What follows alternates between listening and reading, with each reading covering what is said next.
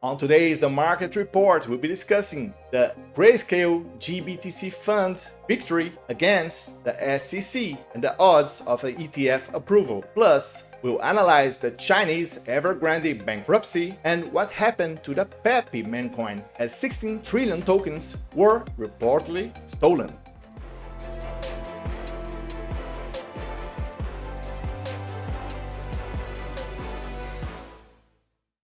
Hello everyone, welcome and thanks for watching The Market Report. I'm your host Marcel Pechman, analyst and writer at Cointelegraph. This show debates the most pressing topics impacting the crypto markets, focused on price change and meaningful events. So we're gonna start with some breaking news written by Zian Sun. Breaking: Grayscale wins SEC lawsuit. Bitcoin and the broader cryptocurrency market rose sharply on the news. Crypto asset manager Grayscale Bitcoin Trust has scored a major victory against the US SEC in its efforts to convert its over-the-counter GBTC application into listed Bitcoin ETF. However, the order does not guarantee the listing of a Grayscale spot Bitcoin ETF. So it seems like Grayscale got some kind of win against the regulator, even though it's not clear whether or not the spot Bitcoin ETF is approved. In any way, the decision is favorable for Grayscale to convert its fund once the spot ETF is approved.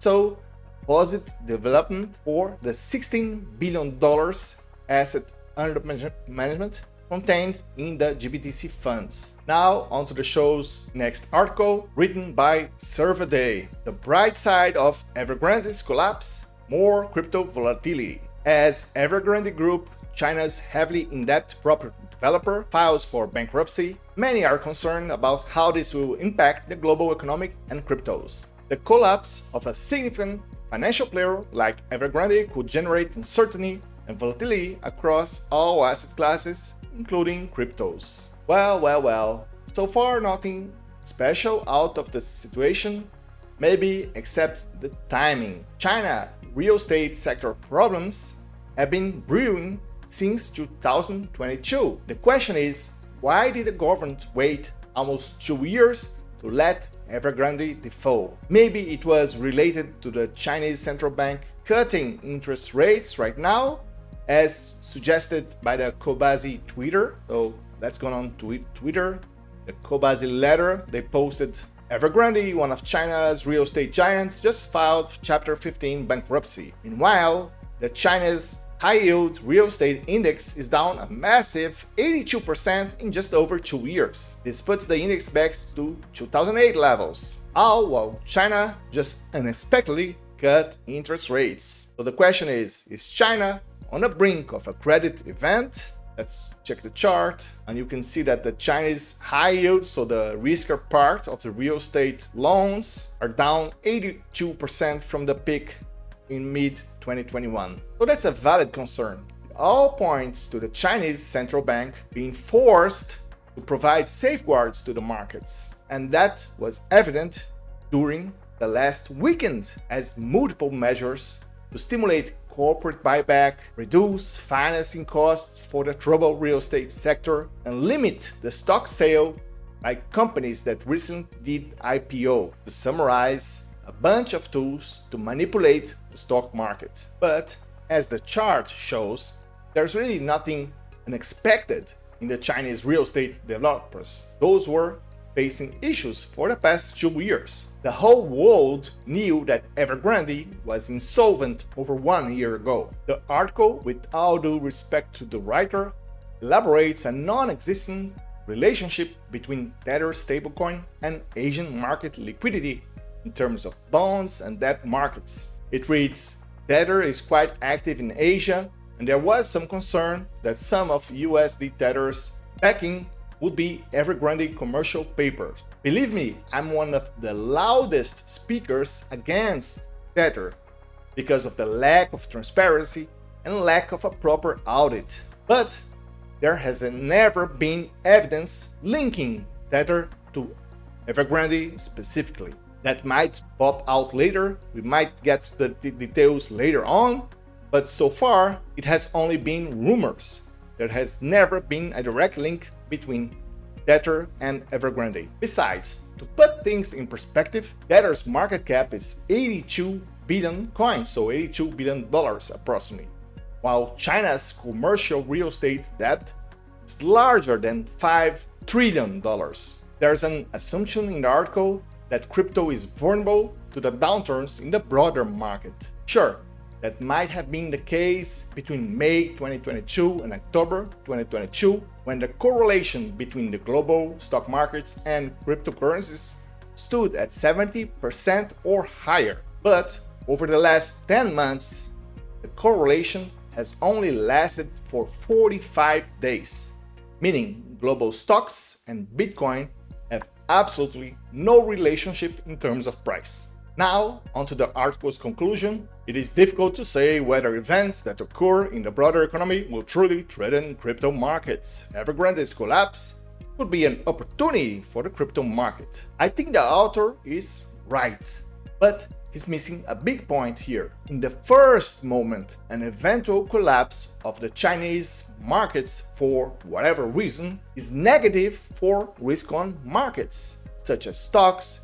cryptocurrencies, and commodities. Already seen investors flying for the safety of the US dollar as measured by the DXY index, so a basket of foreign currencies against the dollar, and the dollar has been gaining strength over the past couple of months. Now, in a separate movement, maybe 1 to 10 months later, we might see a shift towards Bitcoin, so favoring cryptocurrencies, as investors realize they are being diluted from the government's inability to sustain themselves without injecting liquidity. So more money will be printed, more money will be put in circulation to pay for the government debt. So to make things clear, a credit event in the Chinese housing markets is very negative for crypto in the short to mid-term. Just to highlight, that's my own personal opinion. It does not constitute investment advice or reflect Cointelegraph's official view.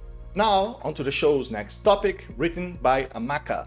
PEPcoin insider trading claims surface amid token theft. Former PEPcoin promoter turned crypto influencer Jeremy Pauli has leveled insider trading allegations against the PEPcoin trade team following the reported theft of around 16 trillion PEPE tokens. According to Pauli, the PEPcoin team is exploiting the community, and he asserts that their explanations regarding the multi-sig wallets and PEP holdings are entirely false.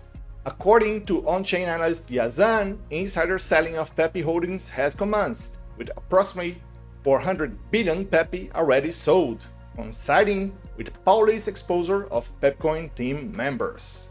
So another day, another rug pull on shitcoins. What an unexpected turnout of events, isn't it? I probably don't need to tell you what happened to the PEP price, but the chart says it all. The quote for 1 million tokens dropped from $1.10 to 83 cents, and it will likely continue its trends to the inevitable zero. Now, there's two questions one should be asking. First, wasn't there some multi-sig wallet preventing the tokens from being sold? Well, there was, but there's always the possibility of a hack, such as the one we've seen on the Axie Infinity bridge, or simply a conspiracy involving multiple devs. Moreover, even if there's limits imposed to the tokens deposited for liquidity on decentralized exchanges using smart contracts, some altcoins hand out tokens to centralized exchanges for staking programs and liquidity provision.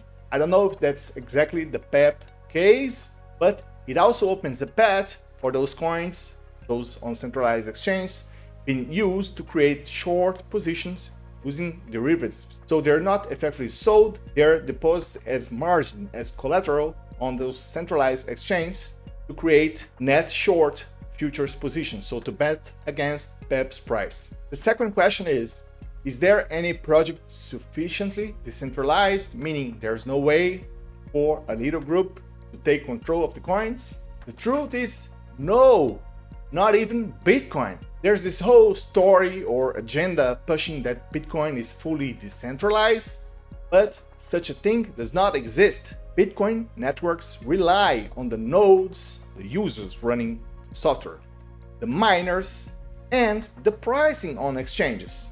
Sure, if every single exchange ceased to exist today, Bitcoin network would continue to work 100% as intended. But the only way to check the price would be on illiquid peer-to-peer trades on the peer-to-peer markets. Besides, there would be no way to trade derivatives contracts, so the futures and options. In essence, most of the institutional players would either leave the market, and Bitcoin's potential would be drastically dependent on retail adoption. So now that we understood that no cryptocurrency is 100% decentralized, how can one avoid getting rug pulls? Well, for starters, avoid projects that have centralized treasury pools, meaning a bunch of coins sitting somewhere, controlled by a few entities, even if there's an on-chain voting process, so governance. We've all seen that can be gamed, as entities can borrow the coins for a short period just to participate in the token governance.